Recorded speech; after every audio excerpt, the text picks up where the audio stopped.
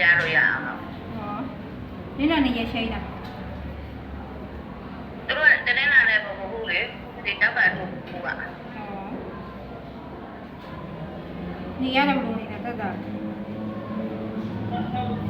တက်တာပါလေတက်တာလေဒါပေမဲ့တခါကျအဲ့ဘေးရဟိုဟာဘယ်လိုခေါ်လို့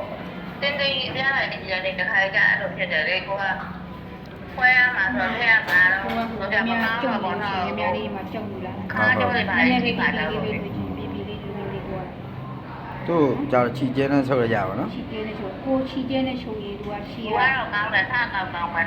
ဟိုကလေးမှာပေါ့ဒါချီကျဲရင်ဒီအတွန်းကကြီးပဲ ဟုတ် ချီစိတ်ရင်အတွန်း ဟုတ်ကဲ့ နော် ဟုတ် ဒီမျိုးလေး ဟုတ် နော်ဟိုကဒါခုပုံခုံခုံလေးပဲယူမယ်ဆိုရင်ဒီမျိုးလေး ခုံခုံလေး အပေါ်လေးပဲနည်းနည်းအတွန်းအပေါ်ပဲများယူမယ်ဆိုအပေါ်ပဲများဒီမျိုးလေး ကိုလိုချင်တဲ့ပုံစံပေါ့ ဒီဟာလေးပဲ ဟုတ်ဟုတ် နော် ဟုတ်